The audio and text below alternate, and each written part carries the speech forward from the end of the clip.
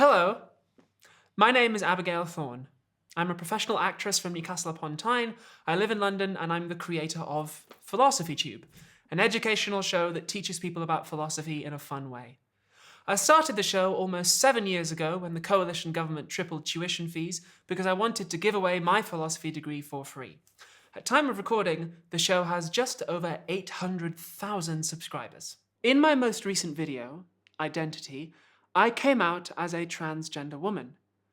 Thank you to everyone who kept my secret for such a long time as I prepared to come out publicly. I'm excited to continue my acting career and Philosophy Tube. Please respect my privacy and treat everyone with kindness and patience, even those who don't treat me kindly. It's so lovely to finally know, to finally relax, to sleep well with sweet dreams and be at home in myself. But I'm also scared.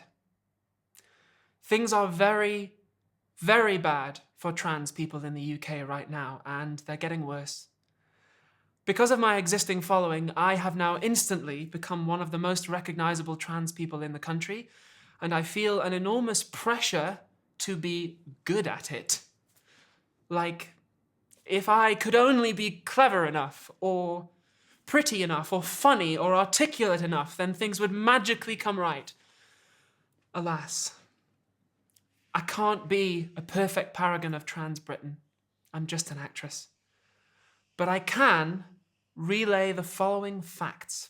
Trans people have existed for as long as there has been a Britain. Longer.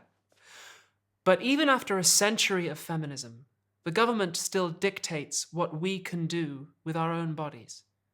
The NHS is forced by outdated rules to discriminate against us. If a cisgender, that is, not trans, woman, wants hormone replacement therapy for menopause, she can get it from the GP. But if a trans person needs the same medicine to transition, we are forced to travel to a separate clinic and be interrogated by psychiatrists. Because of this discrimination, waiting lists are years long. Women like me die waiting for the exact same medicine that bald men get from the GP to treat hair loss. Trans men die waiting for breast reduction surgery that cis women get for back pain. In England and Wales, people under 16 can get an abortion, which is permanent, but they can't get life-saving puberty blockers, which are reversible. Some government ministers promise to reduce waiting times, but that's not equality. It's just more efficient discrimination. We don't have equal legal rights either. When cis people get married or adopt children, they can use their passport as proof of ID, but we can't. Even though my passport says F for female, I'd have to beg the government's permission to become a wife or a mother. There has never been a trans MP, member of the House of Lords, MSP, MS, or MLA, and no party has equal rights as a policy goal. Trans people, especially trans people of colour, are hit hardest by unemployment, homelessness, and domestic, sexual, and police violence. But the conversation always focuses on wealthy white cis women tweeting about toilets. Overworked journalists often don't know much about our lives, so anti-feminists and religious extremists feed them pseudoscience and fear-mongering.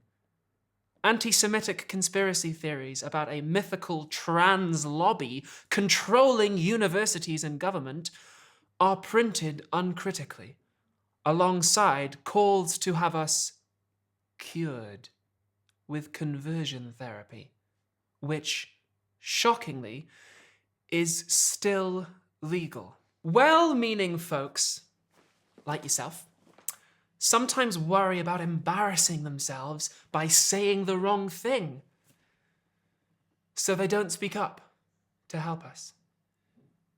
Like suffragettes and black civil rights movements before us, we are told to watch our tone lest the people who are denying us the means to live get hurt feelings.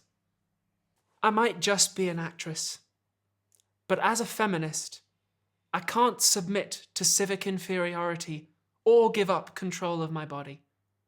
In my view, feminism isn't a tea party with the Queen or a girl boss brunch with femspirational CEOs.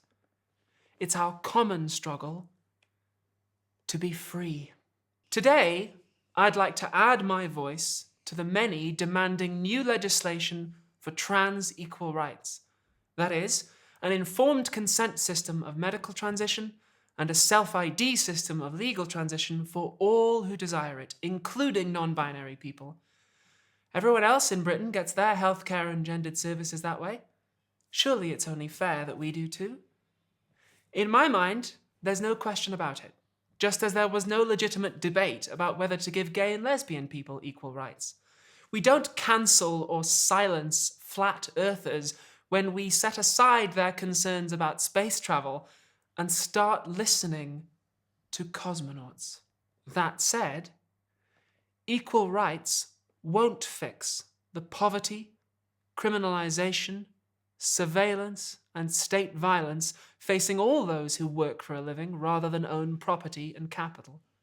Trans equality must be part of a huge redistribution of power and resources so society serves human need instead of profit. I hope that someday soon, people of all ages realize that being trans is perfectly normal. Like all human beings, we are inherently valuable and entitled to self-determination.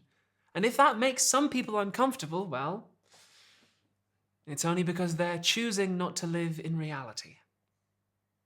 These are scary times. But courage calls to courage everywhere, and its voice cannot be denied. Even when other people make it hard, being trans is a gift. My love goes out to every trans person within the sound of my voice, in Britain or overseas, especially those who can't come out yet. This above all, to thine own self be true, and it must follow as the night the day, thou canst not then be false to any man.